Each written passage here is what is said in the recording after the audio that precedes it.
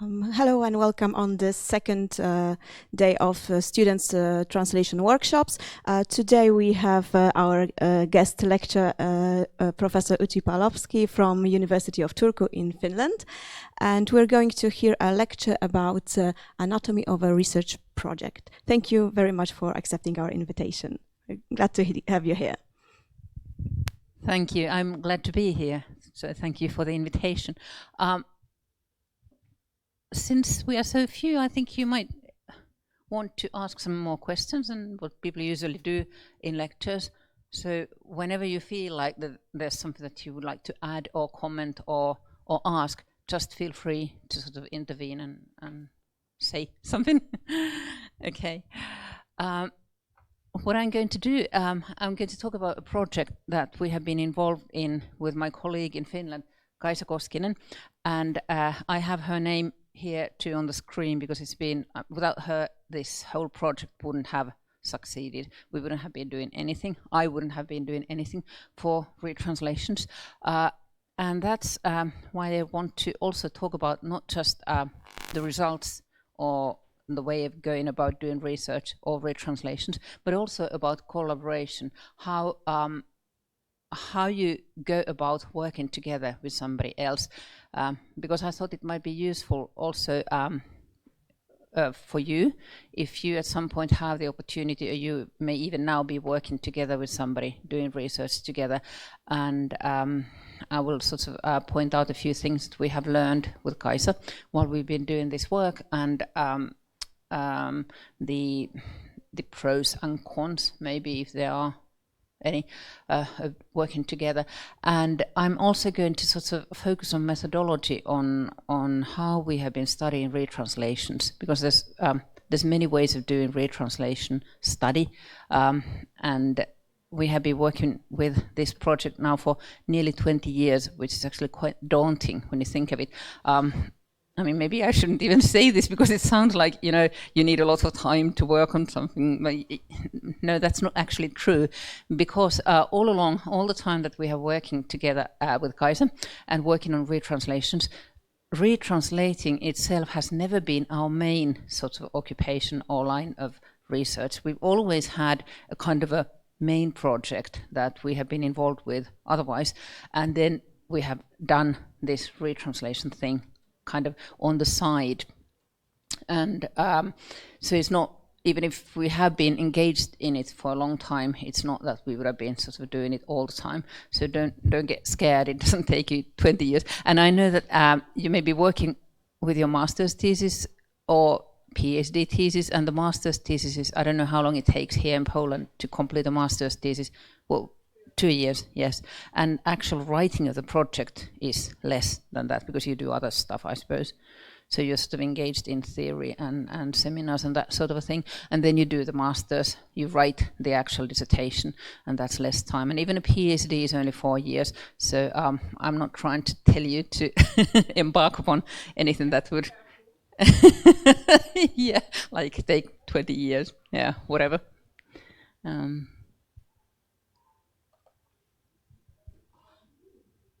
How do I navigate? Yeah, I'll try that. Yeah. Okay, right, and this is kind of a motto for the talk, talking about retranslations. You know that there's all kinds of retranslations, and often the reason behind retranslations is told to be that the old ones have aged. They're old, they are aged.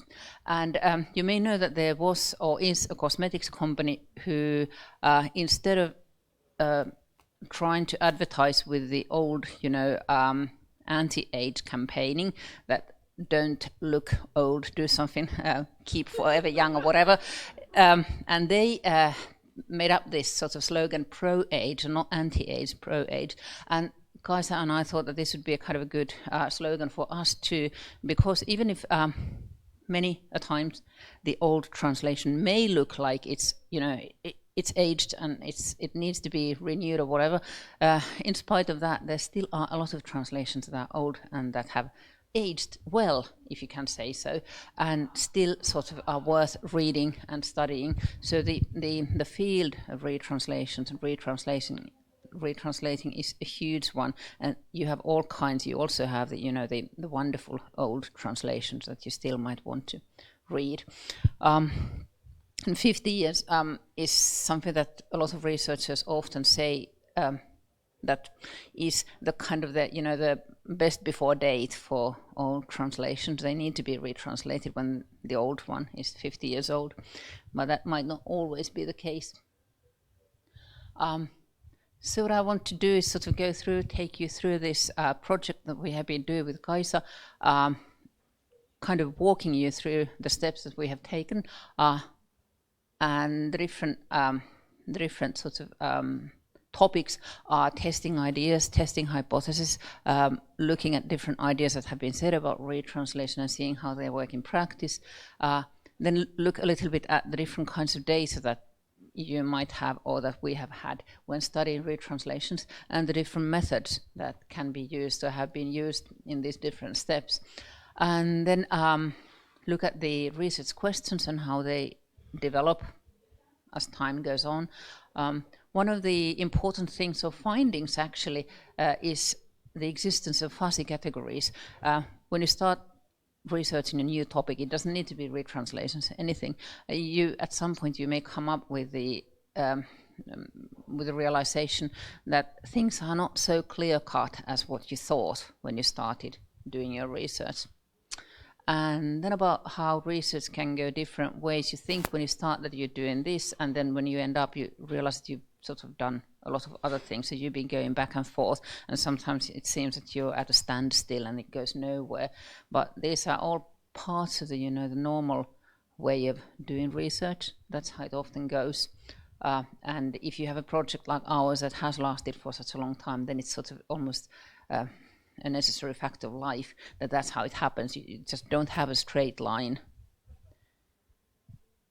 And finally, as I said, the role of collaboration and teamwork. The why we started this project was way back in the early 2000s, when there was it looked like that there was a kind of a boom in retranslating, that it seemed that a lot of translations were being done again, or there were new translations being made in Finland, but also elsewhere.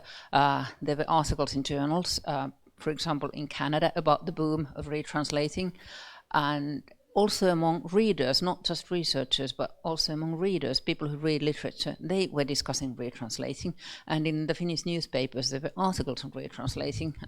Well, it was started by a critic at a daily paper, but then it was answered by a lot of readers who sort of had their ideas about retranslating, why it was done and what was good about it or bad about it, and so on. So there has been a fairly lively discussion on retranslations, and their ideas, people have their own points of view about retranslating, so that sort of caught our eye in the issue.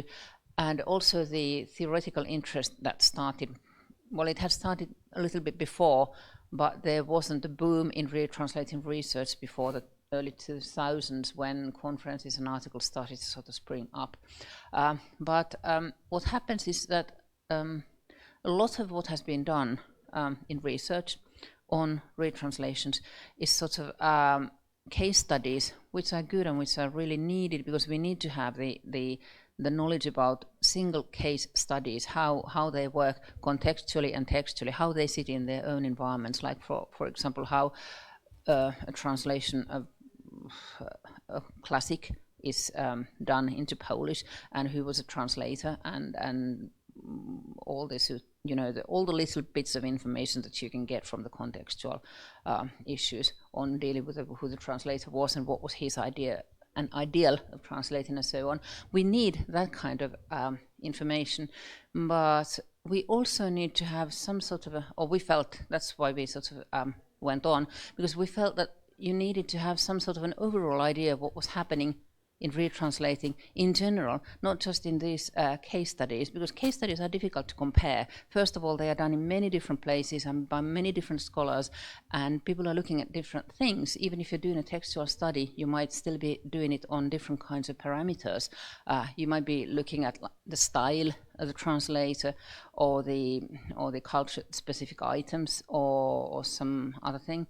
And it's difficult to then say that, okay, all retranslations are like this, or they are like that, or they are not like that, because you don't have all the information behind them.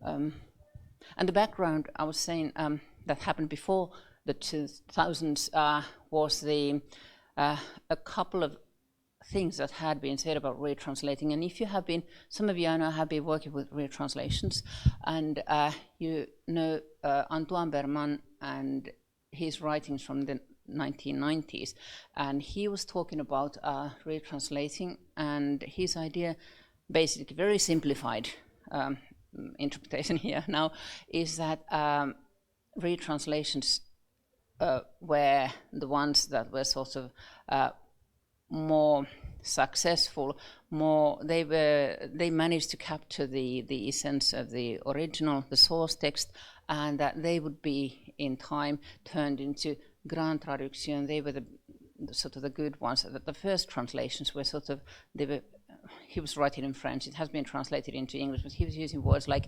weak or not successful, that sort of thing. So the idea was that the first translations are always kind of, the first kinds of efforts in a long line, where then later on you can improve and get better and better. And of course it meant that since usually the translators are different people, it's like the first translator always is a kind of in a position that their efforts are always deemed to be sort of unsuccessful or bad, whatever they do, because they are first translators. And it's only the second, third, or whatever translators who then actually manage to do something that's lasting or good. That was one of the ideas behind almost all of retranslative research at that point. And Andrew Chesterman in the year 2000 wrote about Berman's ideas, and he coined the word the retranslation hypothesis. Berman wasn't talking about hypothesis because he was working in a kind of in a different kind of a framework. He wouldn't be wanting to test out hypotheses and that sort of a thing. And Andrew wasn't saying that they should be done either. What he was saying was that you could make an example. He was sort of explaining how different kinds of hypotheses work. And for him, this was a good example. The retranslating case was a good example that you could test actually with data. You could look at later translations and compare them to the first ones and say whether the thing actually was like that, whether it's true what Berman had been supposing. So this is the big thing behind retranslations and retranslations research. And Kaisa and I had some data from our own previous studies that had nothing to do with retranslating, but that were sort of connected to it in the sense that I had been looking at the history of translating in Finland, and of course there were retranslations as well. And she had been looking at ethics of translation, and she also had some cases where there were retranslations. And our sort of intuitive feeling to start with was that, this is not the case, that the first translation is not always sort of hesitating and weak. It's sometimes the first translations are sort of, when compared with the later ones, maybe much more sort of closer to the original, whatever that means. I'll go into that later. And then the later translations may be sort of more hesitant or whatever, that you can find sort of opposing cases. So that's why we got interested in this. And since we both had these kinds of cases in our data, we wanted to sort of look at it together. And we started with just one conference presentation, and I think we were going to leave it at that. We were not thinking about doing a project that would last and go on and on. We did the conference presentation, and then after that wrote an article about it, and then just went on doing it. So this is actually what is number 2 here on the slide now. What I have been talking about now, it's the improvement hypothesis that new translations are more loyal or closer to the source text than old translations. And it's very intuitive, and I'm sure that you can, if you think about it, you can think of many translations that actually do fit the pattern that are like this. But not all, as I've said. And the second thing is what I already alluded to in the beginning, is the aging, the thing that translations are said to be dated or aged, and that every generation of readers deserves their own translations, that they need to be done again, and the sell-by dates are sort of, they vary according to the scholar, reviewer, whoever is talking. Some people say it's every 20 years that translations should be sort of made again, and some people say it's 100 years. So there's sort of a lot of variation there on how researchers have felt about the issue. But these two are kind of the two big ideas behind retranslating. We used to call this project 1001 Translations, because that's basically what it seems like once we got started, that we're looking at so many different translations. It's been growing organically. It's been sort of, sometimes we had large periods of time that we haven't been sort of had time to do anything, or then at some other points in time we have been able to sort of concentrate more on that. But the aim was then, when we first got over this first part and answering the first questions, was that we wanted to do some sort of basic research on the what's. What had been retranslated, when it had been retranslated, how often, how frequently, in case of different books, who had been the retranslator in each specific case, whether there were sort of certain recurrent names that would appear in retranslating, or whether they were always different persons, how they had been retranslating. This is what I was already saying about the textual study, like you compare the translations and you look at how they differ, the first one and the second and subsequent translations. And finally, sort of, if at all possible, to try and explain the whys of retranslating into Finnish. And this is sort of all in Finnish. Finland is a bilingual country. Swedish is a second language in Finland, but we are concentrating on Finnish because it's, I think Finland is actually a good case in point, because it's a fairly small language area. We are only 5 million people, and we have only had, our literature doesn't go back so long into history like yours, for example, and retranslations has only been a phenomenon since something like a bit more than 100 years. Well, from the late 19th century, basically, because the first translations only came out in the 19th century. You can't have retranslations before you have the first translations. Because we wanted to understand, in a way, what is the nature of retranslations, what was happening in retranslating, whether you can actually say anything about the phenomena as a whole and not just sort of single cases, and how retranslating is related to other processes, because there are other processes sort of close by, you could say.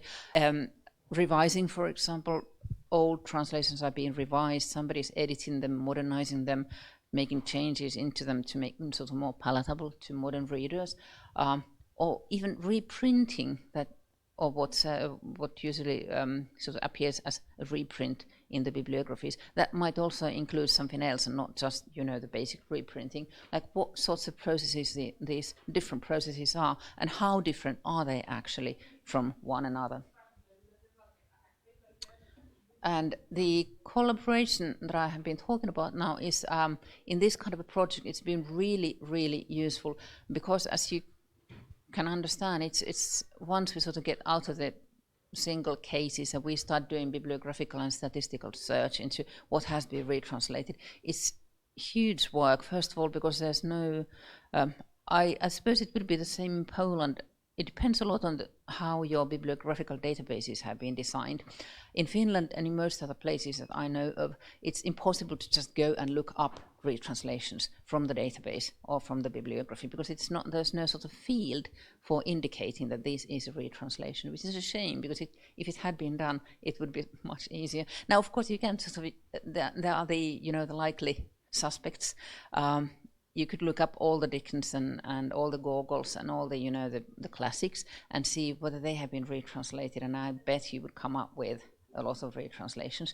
But then there's sort of less known classics that you might not think of in different language areas, and we wanted to have a kind of a wide coverage, not just look at the French or the Russian and the English that are the most retranslated books, but also look at the, you know, the lesser known literature and what has happened with that, because it's kind of, it complements what we know about retranslating. It's not always about classics. And in this collaboration, it really sort of proves out the usefulness of being together in it, because then you can divide up the work, and one can do one bit and the other can do the other bit, and also with the cases, because we can have many more cases if there's two of us working. May I ask a question? Yes, of course. By collaboration, do you mean you're two working Yes. on the project, or do you also mean, for example, your students doing research in particular areas for you as they MAs or PhDs? Actually, Kaisa did have an exercise with her students at some point in retranslating, where they had sort of, they could pick up a retranslated work and do work on it, and she was sort of incorporating part of it here, and I was doing a different kind of an exercise, because I didn't have, at that time, I didn't have a class where I would have been able to sort of incorporate that sort of an exercise for the students, but I did another thing that sort of also yielded some information. So that's, I think in one of our articles there's a long list of names, because we had all these students sort of providing us with data as well. So that's true. Good that you asked, because that was such a long time ago that I might have forgotten to mention it. I usually, when I talk about collaboration, I just talk about the two of us. But then there's also all the librarians, for example, who are useful, really helpful, really sort of, if you go and ask them, they sort of explain all the statistics, and some of them even sort of dug out the statistics for us in one specific case when we were not able to find things. So librarians are really, really good resource. Is a kind of bibliographical database a side effect of the project, of retranslation? Well, we have, yes, but of certain retranslations, not of all of them, because we decided at some point, that we will not be able to look at all of Finland, even if Finland is, as I said, a kind of a candy case, because it's so small, but still we can't look at it all, because that would have meant going through all of the translated literature, basically, and checking them against each other. But we have different kinds of data sets that we were using, and we have bibliographies of them, which tell a little bit more general sort of developments. That's the one with, sorry.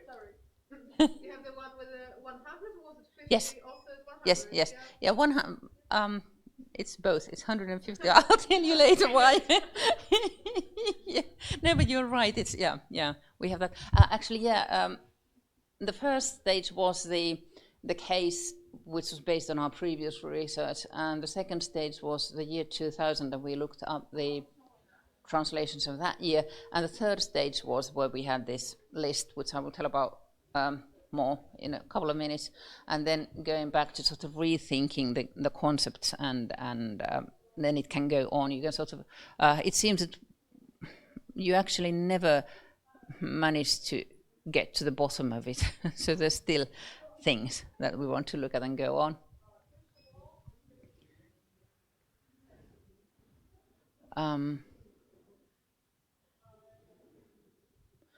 These are the cases that we have been looking at, and we try to be, obviously, even with the two of us, we don't have so many languages that we know that we wouldn't be able to sort of do really useful or fruitful work on very many languages. And with Dead Souls, we don't, neither of us knows any Russian, so we're just comparing the translations. But I will show you later, because there are interesting things happening in the translations that don't have really anything to do with the source text. You can actually study translations without always having recourse to the source text. Depends on what you're looking at. And we had French, Spanish, Swedish, English texts, basically. And then we had 1001 Nights, which is a really interesting case in itself, because it doesn't have one source text as a kind of a, one original, of which there could be different retranslations, but there's a lot of different kinds of originals. It wasn't, because it was oral tradition, it wasn't written down before it was translated. It's actually quite an interesting case, because the first time it was written down, because when it was being told, the people were just, sort of reminiscing, they remembered it all. It was their skill to sort of remember the stories, and they were telling them. And there was this Frenchman who sort of took down notes and then translated it into French. So it first appeared in French, even if it's 1001 Nights, and it's also come through all the Persian and Egyptian Arabic stages. So that's a kind of an interesting case in the sense that it's you can't sort of, how do you go back to the original if you don't have one original? So that sort of thing.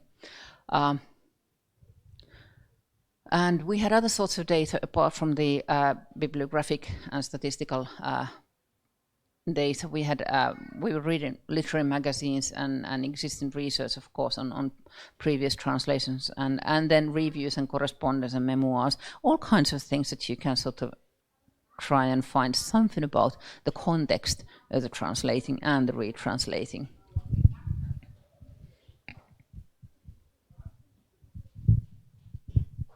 This I actually already said. This is what came to be known as the retranslation hypothesis. And Siobhan Brownlee, in an article in 2006, actually very, very acutely pointed out that Berman would never have called it a hypothesis, and that's why she wanted it to be called retranslation theory, and that's what we have been calling it ever since. But this is basically the idea. Yeah. Would he call it a theory? Because it seems that for him it was an intuitive observation. Yes, yes. He didn't really think much about it as a theoretical proposal, Yes. if you will. Yeah. Right? It is kind of philosophizing his philosophy of translating. Yeah. Yeah, yeah, because he didn't. I haven't read him. Yeah, yeah, he didn't. Actually, I think it was fairly intuitive, and he was looking at texts, which made him think that this must be the case. And he never tried to compare a do textual study to sort of go one way or the other about it. But much of what he says is sort of intuitively really. It's fascinating, and it certainly gives food for thought.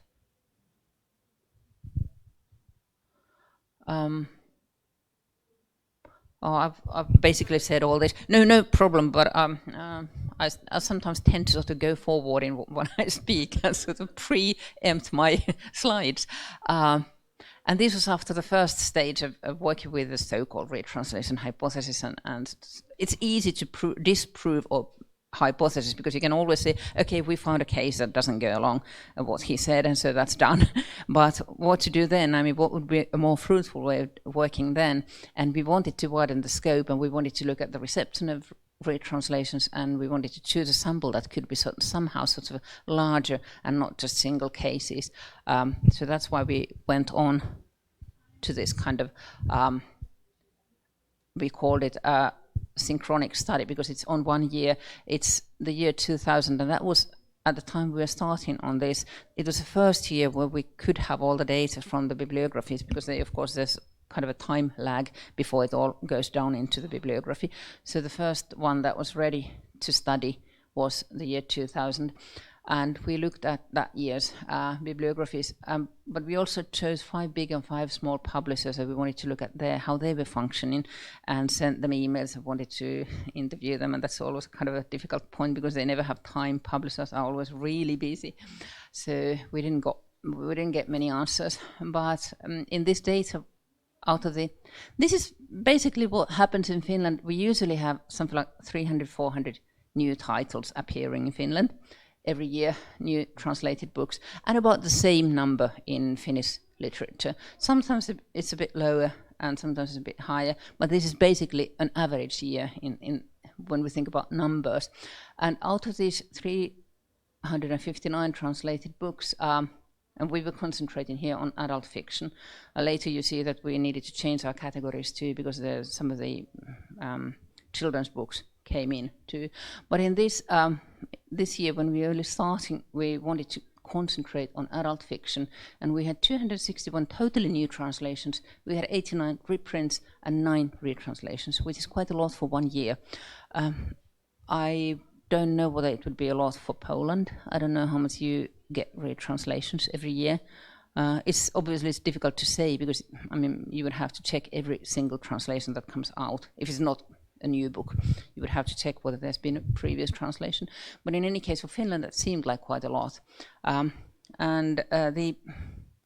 the interesting finding, well, maybe this is not interesting, maybe it's just that, the small publishers do not have any, do not produce reprints because they don't have a back stock to sort of rely on. They have to translate again, they have to do retranslations if they want to publish something that has appeared previously, a kind of an older book.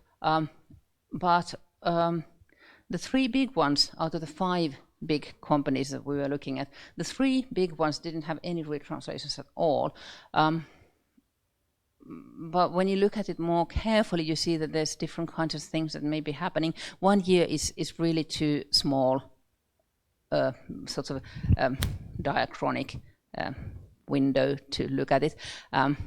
We realized at this point, but at least it did give us new ideas, but in different directions than what we had been thinking about. For example, we had no idea beforehand to be looking at reprints, but once we noticed how many reprints there actually are, then we sort of decided that we have to have a look at the line between, like what kinds of books get reprinted, or what kinds get retranslated, or what happens with them.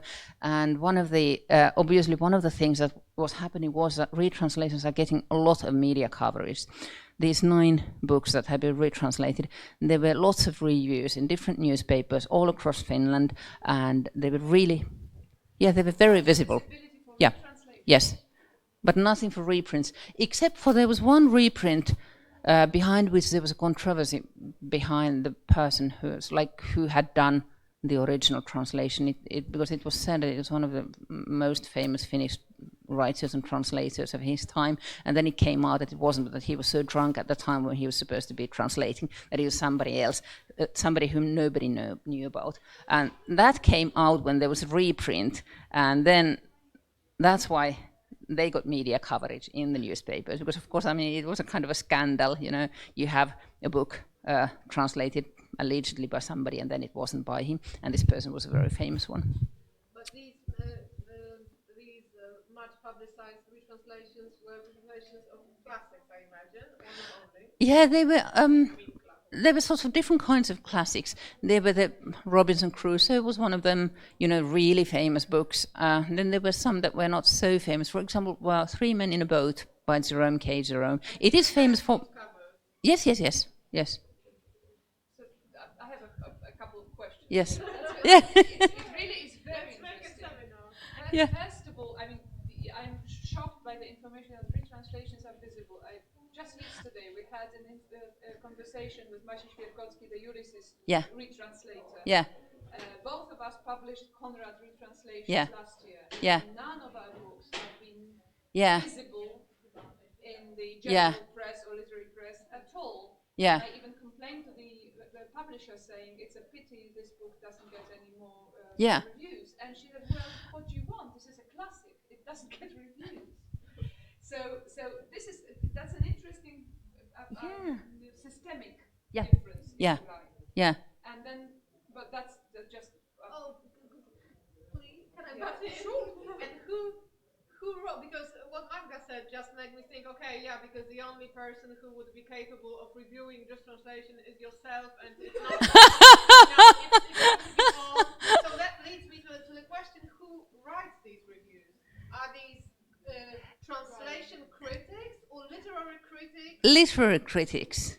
Okay. Yeah. And do they actually cover the translation? I mean, how much focus is on the translation side of it, and how much is just informing the public that there is a translation, and that's it, of this great book? That's really interesting. That's a very good question, because usually criticism in newspapers doesn't really cover translations, and that's been also a point of complaint in Finland too, because translators feel that they are being overlooked and ignored. And but the real exception to this rule is retranslating, because whenever there's a retranslation, it's like, it's a big feat, and the literary critics are really talking about the translation as such. Sometimes they even go back as to sort of compare, but not often. But they always remember to tell you that this is a retranslation, or maybe tell you something about the previous one or whatever. I mean, it is really, maybe it's the size of the market. Maybe in Poland you get so many. Yeah, that's probably one of the reasons. The other is perhaps that my retranslation is not that important. Because having said what I've just said, I realized that last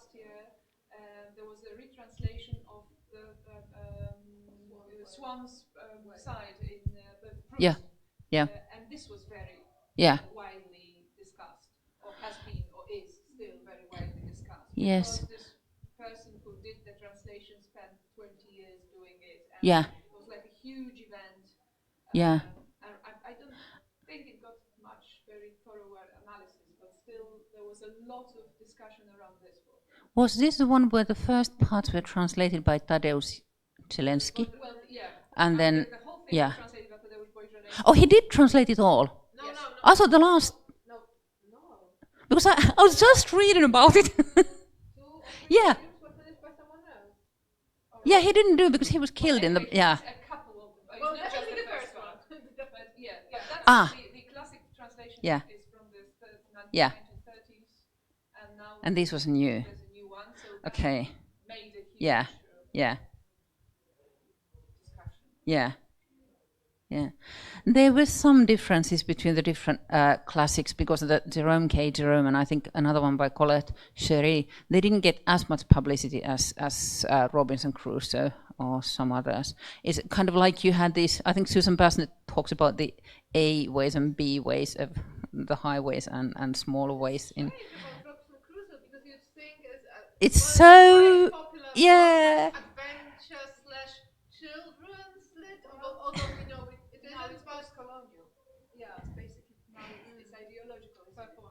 Yeah, but you could think that it's been translated so many times that it doesn't interest anyone anymore. You could also say that, but no, obviously not. Yeah.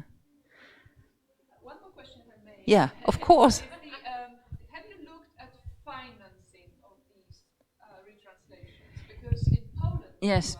the difference between small publishers and big publishers is that the huge players on the publishing market are not interested in anything that would sell less than 20,000 copies. Yeah. Right? So retranslation of a high literature classic wouldn't count. Yeah. And it's not worth for them to order new translation. Now, small publishers quite often are state funded. Yeah. So they can apply for money and money to produce a culturally valuable item. Yeah. Right? So that's how my essays by Virginia Woolf were translated, and the Conrad book as well. So I could collaborate with very good small publishers on these projects. Yeah. I wouldn't be able to do that with big translators, big publishers. So I was wondering if this is also a factor here. To some extent, the publishing scene is similar. The big ones are really interested in money, and the small ones are more sort of willing to do all kinds of interesting things. But they don't usually have money. They don't even have a lot of state money. They are sort of set up by individuals who are really keen on translating certain books, and they can apply for money, but they don't always get it. But they do sometimes. But what happens with big ones is that they we didn't manage to get an interview on this. We would have wanted to ask them, but they have sort of actually explicitly said in newspaper interviews when these literary critics have interviewed them, they have said that coming out with I forget now which one, it wasn't Crusoe, it was something else, but a classic that was retranslated, that retranslating brings in so much fame to the publishing house that even if it's more costly than whatever other translation, they still do it. They are willing to sort of spend money on retranslating that doesn't come back in the way of sold volumes, because they get sort of goodwill. They look like they're a good company, they're a good publishing house, because they do this cultural thing and republish, retranslate. Yeah. Yeah. Talking about money, did you look at the sales as well? They don't give the sales figures. No. Yeah. It's a shame because Yeah. I'm interested in how this media coverage translates. Yeah. Does it have an impact on the readers? Yeah. Or they just read in the paper about the retranslation, say, okay, that's interesting, and not buy the book. Because and also compared to the existence of, I assume, the old translation on the market, how these two or more coexist. Yeah, we don't get the figures, but I think that might be the case that people often don't go, that they don't buy it, because sometimes they complain, the publishers complain that it wasn't sold. But what happens, what's interesting too, is that once one publishing house has come out, it's usually the two biggest ones that are competing with each other. If one has come out with a new retranslation, then the other one, if they have a sort of an earlier translation, they come up with it and they sort of republish it, reprint, and they put it like when you go to the bookshop and maybe the readers have been reading about a new brilliant translation in the newspapers and they want to go and buy it in the bookshop, and then they don't even realize, yeah, exactly. I don't know, it would be really interesting to know, but I don't know how you could actually study it. You would have to spy on people in bookshops and then sort of follow them and try. Can I interview you when you have read this book? Some kind, yeah, but they have to read it first and ask, well, did you actually realize this was which book, were you checking on the translator name in the book, or did you think about the, yeah. No, it's...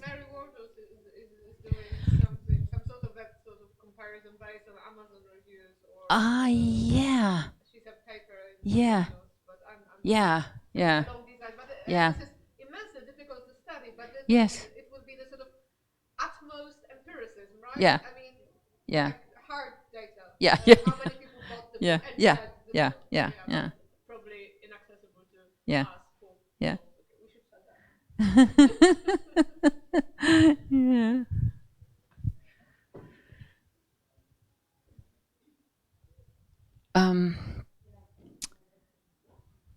I was saying previously about the reprints and the retranslations, and we realized that there's almost no research at all on reprints, at what stage are books being reprinted and what the publishing companies sort of say about them, and that would be also another kind of a thing that would be interesting to study, and also how to define reprint, because often it doesn't say anything in the reprint itself that it has been tampered with, but often it has. If you look at the texts, they may be different, or then there may be a sentence saying that a modernized or updated version or whatever, revised version, but there's different kinds there's at least 5 different terms in Finnish for updating or modernizing or revising, and they don't seem to mean the same thing in every different context. So that would be another huge area that could be studied. So we ended up with more questions after this part of the study than we actually had realized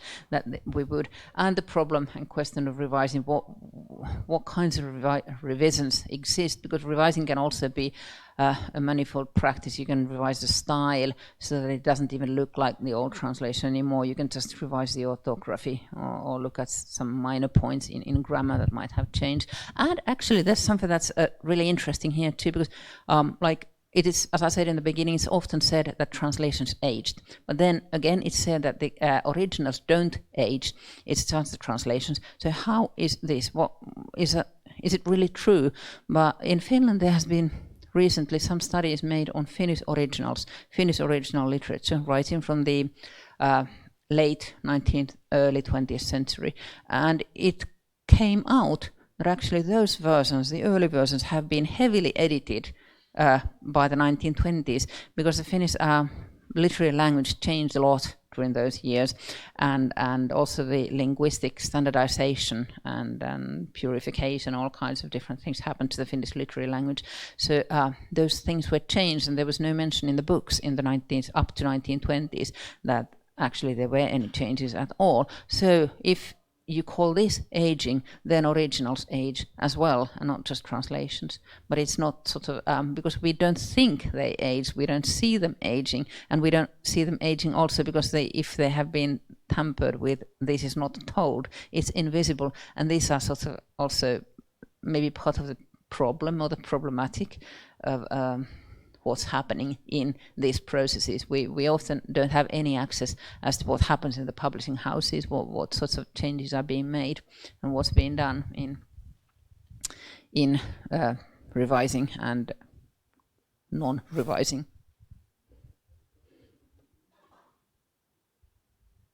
And now I come to the list of the books that we wanted to sort of look through, because we now had what we call the synchronic stage, the year 2000. Then we wanted to, and we saw that it was too little. We wanted to have a sort of even if we checked all the 9 retranslations and their histories, we wanted to have sort of more. We wanted to have a kind of a systematic list of books, and what we did is we took a list that had been prepared in Finland for the year 2000. That was called 1000 Years, 100 Books. And it wasn't like, probably these lists that are being made every now and then all over the, like the 100 classics that you have to read or 100 books to read in your lifetime, whatever. This wasn't supposed to be that kind of a list. It was prepared by one literary scholar and one journalist. And what they wanted to do, they wanted to have a list of books that are dear to Finns, that are somehow important to Finns, sort of reader-oriented vision of what are important books in Finland. And they prepared this list with 100 books, and 52 were translations, and the rest were original Finnish literature. And out of the translations, we left out the Bible. Yeah. But did they do it based on some survey, or dear to the Finns meaning dear to the two gentlemen? I think I don't remember anymore. This is, having done this 15 years ago, I don't remember anymore. I think it was based on research on Finnish reading habits, because there was sort of literature sociology was interested in what Finns were reading, and it was based on these sorts of surveys. Yeah. So what we did is we did the translation history of these 50 books that were mentioned in the list, and that were translations. And most of them were sort of older books in the sense that you could have retranslations made out of them, and most actually also had retranslations. And actually, when we were talking about the visibility of retranslating in the media, one of the discussions in the newspapers in Finland in the early 2000s was that there's too few retranslations in Finland, then we don't have any retranslations, and what happens, and why don't we retranslate? But actually, looking at this 50 book list, it appeared that retranslation is much more prevalent than what people would usually think, and there's many more books that are retranslated, and not just once retranslated, but more frequently than you would actually know. And this we call the Comets Tail, these retranslations, and the figure comes out of Pekka Kujamäki's study. He did his PhD on the different German translations of the Finnish classic, Alexis Kivi's The Seven Brothers, which is one of the books that have been most translated from Finnish into other languages. Into German, there's, I think, 7 or 8 different translations. It's a really sort of many times translated book in German, and he called it The Comets Tail. And what we are looking at, these Finnish translations, were the different kinds of Comets Tails that these books that we were studying out of the list, what they would be like. And sometimes, the Comets Tail can be like long and narrow. There's maybe one retranslation here, another one there, maybe a third one, then at another day, like long distances, long time spaces between one and the other. Or they could be quite sort of wide and tight packed, like there could be many retranslations. And this happens at some stages, some periods in history, obviously, that retranslations appear more frequently than at other times. And I understand that in Polish, for example, in the 90s, there were a lot of retranslations of the same books. So they could be, I read an article on the retranslations of Le Petit Prince, the Little Prince, and there were, I think, 12 or 13 or something like that. I don't think we have any books in Finland with so many retranslations, but yeah, we have some that have maybe 5 or 6, and that for us is a lot. But of course, it depends on, and there's again a systemic difference in where you look. 1990s in Poland is a very special moment, because this is the opening of market economy. So any book that was a translation and was on the school reading list got retranslated. Because the small publishing houses that were growing, here and there all over the place, they wouldn't be able to afford to pay royalties to the translators. So they would hire, the book itself was out of print. So they would hire a group of students or a neighbor next door to translate this book, because I'm sure the sales will go up because it's a reading, obligatory reading list. This is, of course, the Petit Prince, but also Alice in the Wonderland. Heart of Darkness had 3 translations at that time. And Robinson Crusoe was probably reprinted because the original translation was yeah. also out of Yeah. copyright law. Yeah. So yeah, but this is this decade in Poland is Yeah. very special as far as the publishing market goes. Yeah. Yeah, this is it's interesting to compare because there you see the differences between different places, and like Poland or Turkey, where there was the orthography movement in the 1920s, and the whole writing system was sort of turned over into the Latinate system, and they were retranslating a lot because you couldn't read. So there's different kinds of political and cultural and other moments in history in different places that sort of cause different kinds of things happening in retranslating as well. And I think I already said this about retranslation, boosting reprints. They are not mutually exclusive choices because it's one of the things that used to be said about retranslating earlier on was also that once a retranslation is made, it sort of makes unnecessary to look at the older versions, but this is not true. The older versions still may exist side by side with the newer ones.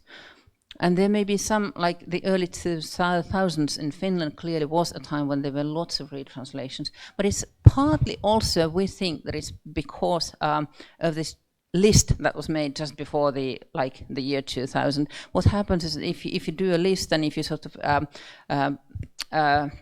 make a lot of marketing efforts for a certain list, including certain books, then the publishers sort of pick up the list and sort of make the books available again, and part of this process is retranslating. So this is actually these things sort of they are kind of cycles that reinforce the retranslating reinforces the status of a classic, and being a classic reinforces the tendency to retranslate it. But also, if you make these lists, then they are sort of self-proclaiming prophecies. They sort of come true again. Then there's new retranslations made out of those books, and we end up with more retranslations.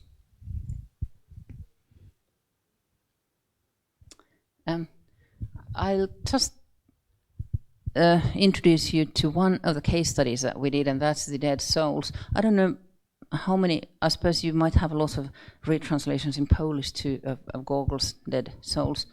Well, there's at least one recent one from like 5 years ago. Yeah. Which was quite a celebrated case. Yeah. Again, by Outi Paloposki. And I think there are 2 earlier translations. Yeah. It's difficult to check. I would have wanted to check this in the UNESCO Index Translationum database, but it only covers a certain period in time, so I thought that it's no use if you can't get information on the earlier ones.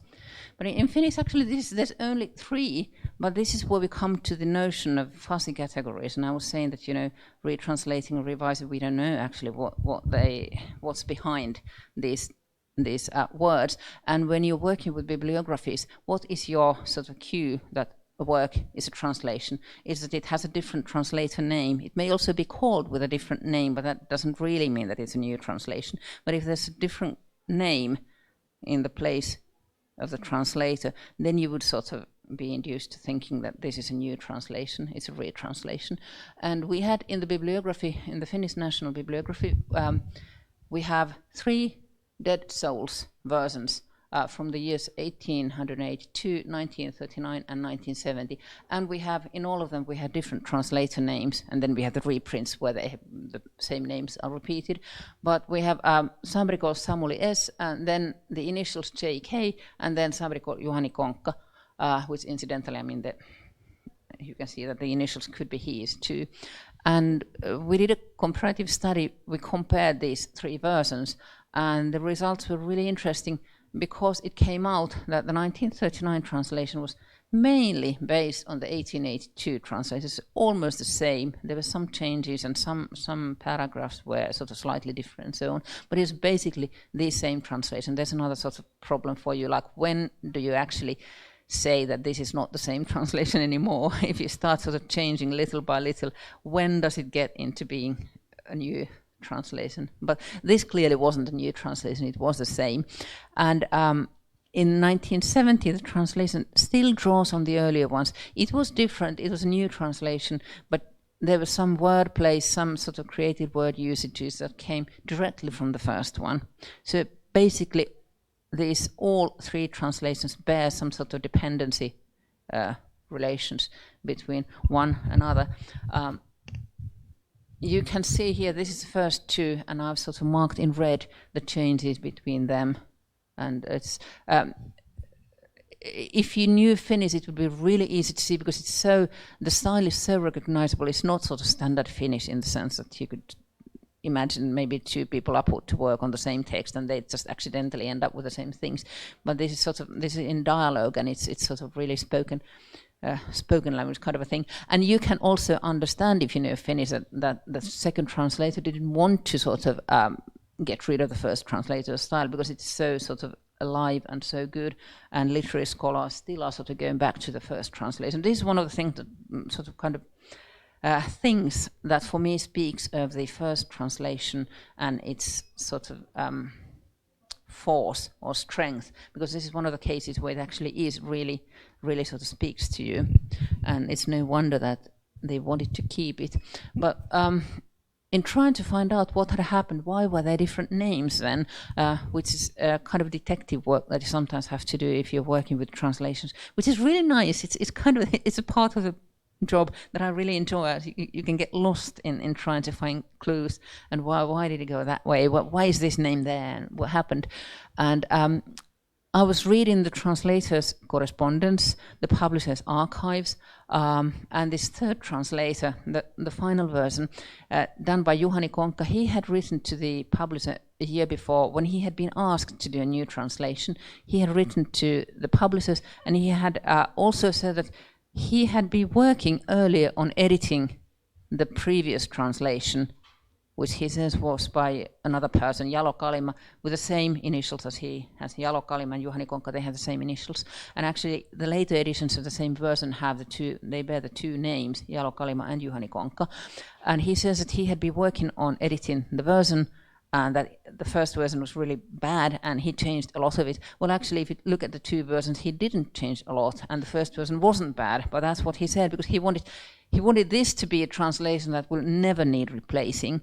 So this is maybe some kind of an ethos that translators might have at some point. You know, this is the final, the translation. Yes, but actually what happens is this, it has been the final. There's been 50 years since the publication of that translation. There hasn't been a new one, so in that sense he was right.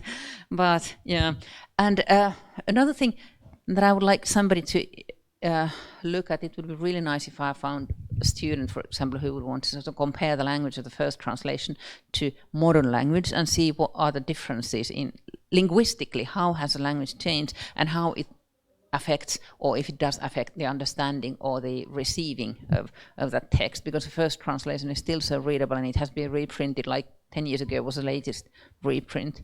But in any case, and my idea in this detective story is that this person who was sort of behind the second version, the JK, and whose version then this third one was said that he had been redoing. He was working for the publishing company in the 1920s and 30s as a kind of they didn't really have editors the way they have now, but he was doing this sort of a job, and sometimes he was correcting old translations. If like translations of works that had been published 40, 30, 20 years ago, they wanted to reprint them, but there had been this standardization in the Finnish language. So this person was working on the standardizing of the new translations, and it usually he had his name sort of in the book, so it said that this has been modernized by Jalo Kalima. So what probably happened is that he had been modernizing the version, the earlier version, and for some reason he didn't manage to finish it, and it had been lying there, and then it had been given to this third person who had thought that it was the translation made by the second person. I think this is kind of an intelligent guess, but obviously we will never find out why, because it was 100 years ago now that this revision was done, and there are no records any longer. But this could well have happened. It wasn't his idea, this second person's idea, was not to have sort of it in his name as his translation, but he had, for some reason, it had been discontinued, and a lot of things like this happen in the editorial processes. There's a wrong name in some places or whatever. So I think this might have happened. In any case, this just shows that you cannot trust what it says in the bibliography. You might want to sort of look at the texts themselves and see what has really happened and what is a new translation, what is a retouched translation, and how you decide to call these different versions, and what are revisions and what are retranslations. And they all of these versions still live sort of side by side. There's an audiobook now based on the 1882 translation, and there have been reprints from different versions.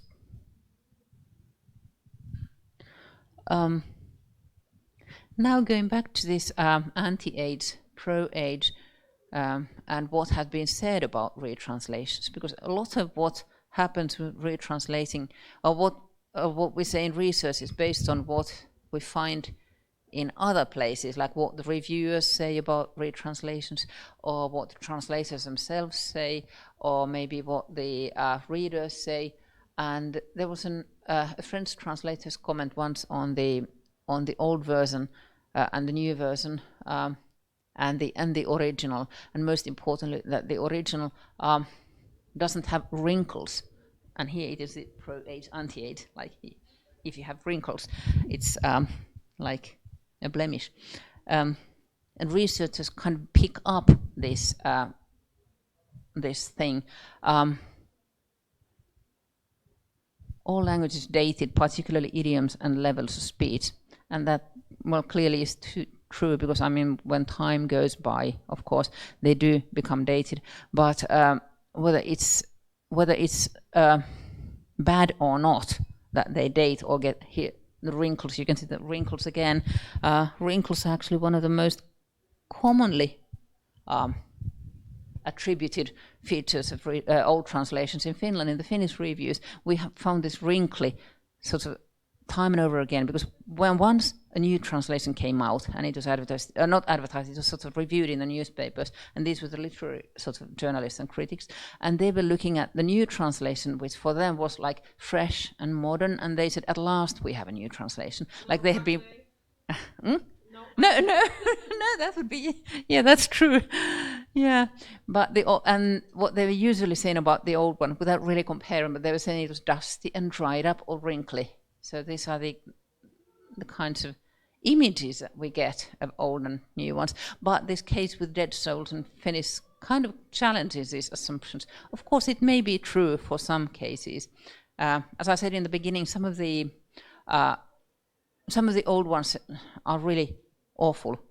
I mean, you find really awful translations, or unreadable, or maybe it's just the kind that you sort of don't. But it would sort of demand more than just saying that they are awful. I mean, even for me, I shouldn't just say that they are awful. I should explain why they are awful as a researcher. But like there are different kinds, both old and new originals. And in some of the old translations, what one reviewer said, that it evokes the era of the original. That there's kind of, going back to Proust, and there was this idea of Madeleine, the galette, the cakes, the small kind of sweets called Madeleine. When he was given, the protagonist was given some of these cakes, and the smell of the cakes sort of immediately woke up in him a memory when he was a child and when his aunt had given him these cakes. And in a similar way, some of the old translations may evoke a time of the past, a time gone by that sort of still exists somewhere and brings you back the memories of that time. And it is an old book, it is an old original, and there is an old translation that somehow manages to keep the, that air of the old environment. So what we have done is sort of we have come back round a full circle, like we started with looking at the archaeology, the what's and when's, when things have been retranslated or what has been retranslated, and then we sort of come back and realize that if you look up in the bibliography these figures, then they might not be true. It might not be a retranslation. It might have nothing to do with it. You have to sort of go and do a textual study. So there's always things that you can sort of go on and forth and work with more in the future. And there's all these. I have a lot of sort of new directions where we could go and new ideas we could sort of think over. But I leave the rest of the. I think I have sort of, as I said, I tend to preempt my own slides. I think I've mostly done it by now. And you can, I don't know if you keep these PowerPoints somewhere, I can give you the PowerPoint if you have an archive or whatever. You can go and look at it there, because I sort of listed, the things that could be done. And anybody is free to sort of pick up if you sort of get interested in doing retranslations. You can sort of try and see if that's something you want to work on. And I've also listed some of the things with the collaboration, like where you can divide up chores, like one is doing this thing and the other one is doing that thing, and then you combine. And also the idea that if you're sort of lost and tired and disappointed with your own work, then there's always the other person who can cheer you up and sort of, it's really worthwhile doing collaboration. So that's what I is saying the rest of the study or the slides. But I think I'll end up here so that if you have any more questions, you could ask. Okay.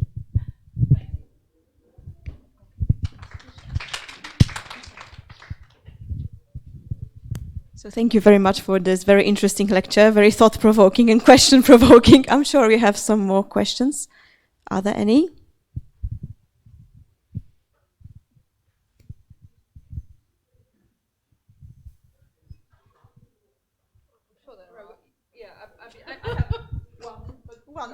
You think of your questions and I'll just go on with mine.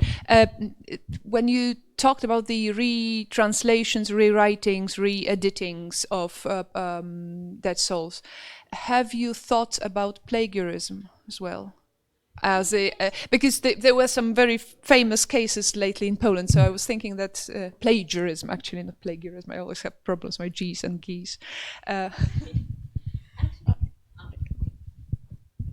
Not with this case, because I really think that it wasn't meant to be a plagiarized version. I think there was just a mistake in leaving out the right names in the right places with the second version. I don't know about the third one, because that is always a problem, because sometimes if a second translation is made and the first translator has come up with some really good sort of maybe descriptive terms or names for the persons, you might not want to change them if you were the retranslator, and you could. I think you're fully entitled to keep them if the translation otherwise is sort of new. But it is a difficult kind of a thing where to draw the line between plagiarism and sort of keeping some of the stuff of the earlier translations. And I don't think we've had such a problem in Finland, because it's a small country, it's a small language area. Most of the translators know each other. We don't have sort of, I know that in some places there's a lot of plagiarism, but I think it would come up fairly sort of soon if somebody did do plagiarism, even if the earlier translators were not alive. But I do have on my desk right now a case of Jules Verne, which seems to me a kind of a case of plagiarism, because the retranslation is almost the same as one of the earlier ones from 100 years ago. But I would like to think that this is a problem of the publishing house, that they have probably asked for a revised version, and the translator has probably done that, and then the publishing house has sort of just put the name of the translator there. And I'd like to interview the translator before I draw any conclusions, because it's such a difficult sort of issue. Like what happens if it really comes up? Well, she's a fairly sort of well-known person in those circles, not generally. I mean, people wouldn't know if you said out her name, but anybody who knows anything about translating from French would know who she is, and she is also an author. Like, why would she want to do this? It might, I mean, in this day and age when it's so easy to detect plagiarism, a lot of the old, many of the old books are now in Gutenberg.org or somewhere, even in Finnish. Like, you can sort of search and you find old translations in Finnish in Gutenberg or some other database, and you can compare. And it's so easy sort of to to get caught if you plagiarize. So I don't really understand why somebody would deliberately want to do that. But that's sort of still, I'm in the process of trying to check this one. I have a student who's working on indirect translating, and she actually brought this to my attention because she was looking at different translations of Jules Verne, and there were some that were indirect, but there was one that was sort of direct, and this was the one that was sort of similar to the present one. I don't know. But I know that, for example, in Turkey, there's a lot of plagiarism because they have like hundreds of retranslations coming out.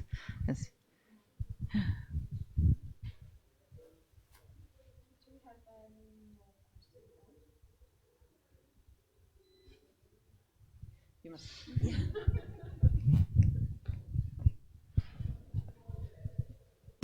I'm interested in children literature. You said you decide to choose adult fiction, but maybe you can tell something about it. And what do you think? Is it similar or many?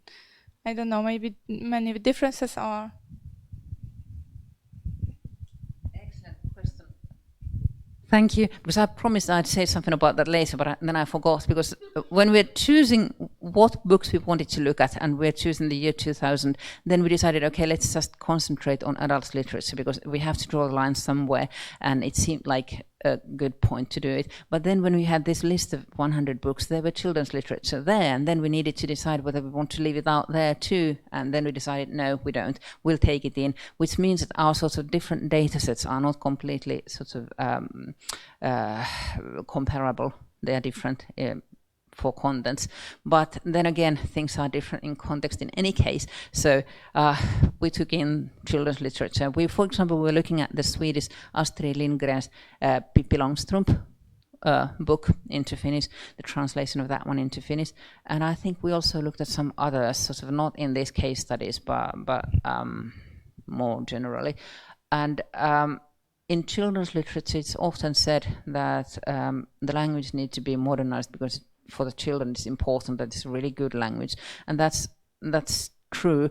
But there was an interesting thing with the Pippi Långstrump, because that was first translated into Finnish, I think it was in the 50s, and then there was a revised version in 2000 or something, fairly late. And then all of a sudden, 1 year after, there was a new retranslation by the same publishing company.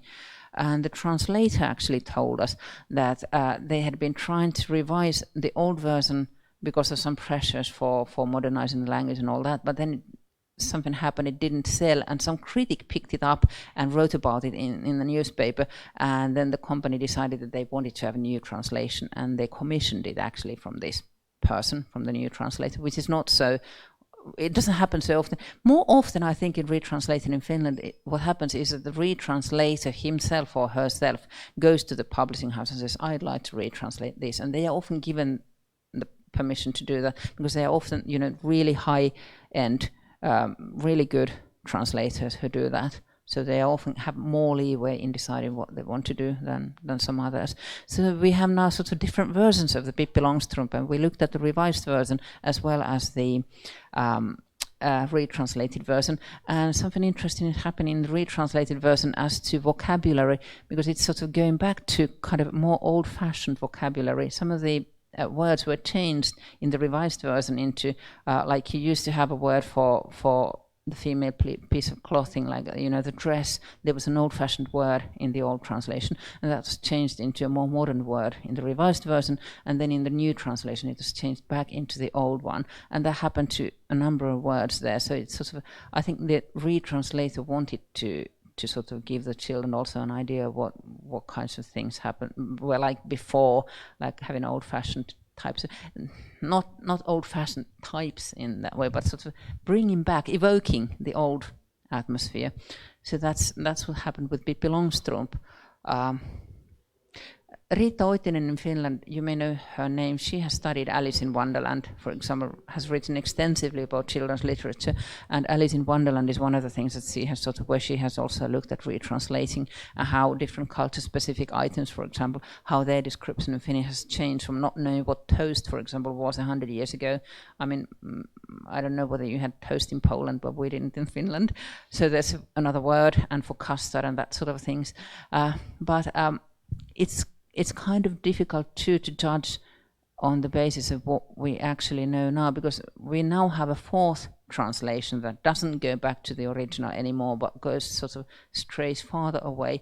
So in children's literature, you may also have sort of more creativity sometimes and do different kinds of things with it. That it doesn't, even in children's literature, it doesn't go sort of in a linear proceeding from one kind of a text to another kind of a text. And maybe they are also allowed more leeway in creativity. Sometimes, like in plays, in drama, there you can sort of adapt Shakespeare and do whatever kind of a translation if you do it for the stage. It's sort of allowed, but if you do it on the paper, if you do it for writing, then it's a different thing. Like it's also the expectations that we have to different genres and different kinds of literature that may sort of have an effect. And there's also an interesting case from the year 1977 when there were two simultaneous translations of The Wizard of Oz, and one was really old-fashioned Finnish, sort of really clumsy and difficult syntactic sentence, not clumsy, but sort of difficult to understand, and one very modern translation. And there was a scholar in Finland who did a reading study, and she had it being read by different groups of people, and actually it came out that some people prefer the old-fashioned long syntactic sentences and some prefer the modern. So it's also that it depends on who you're writing to, who you're translating for, and how these people, what kind of language they like. If you like the sort of the old language that may sort of sound to you like it was the original, or if you like the modernized language. So there's sorts of differences there too.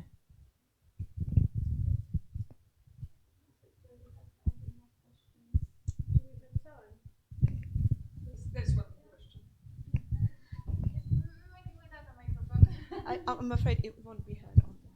Okay. So I have a question about this eras of translation. How do you research that? How do they emerge? Where do you find the information? Why they happen? And sort of what's the ideological background? Because it's the ideology behind some trends is hidden often. So where do you find it?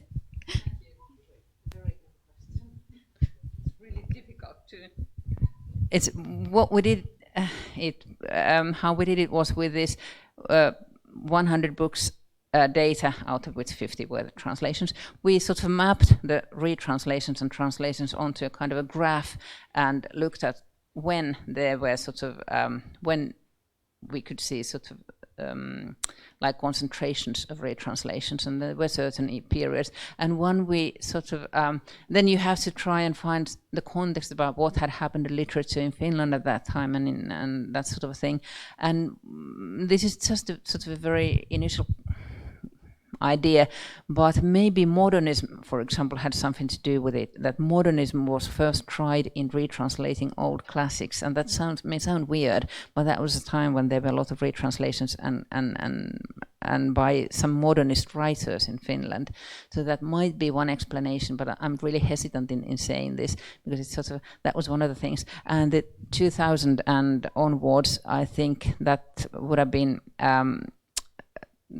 perhaps because of the list that was made just before like I said, the year 2000, I think that sort of made the publishing houses work for retranslating. So that was a completely unexpected outcome, if you could say so, of this one list of books, because there was a TV show on those books, there was a program on the radio, there were lots of reviews in the newspapers, there was a book come out with a description of all these books, these 100 books. So it was really widely advertised in Finland, this list of 100 books at the turn of the millennium. So basically everybody who was reading literature knew about this list, and it must have caused in libraries and in bookshops, it must have caused, you know, pressure in getting these books available in some way if they were sort of sold out, and that of course gives a kind of an impetus for retranslating as well.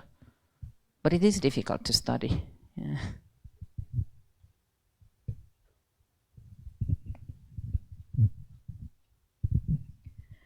Right, I think that's it for today. Thank you very much for coming. Thank you for a very interesting lecture, for coming to us. A ja dziękuję wam wszystkim za przybycie. Tak, oczywiście.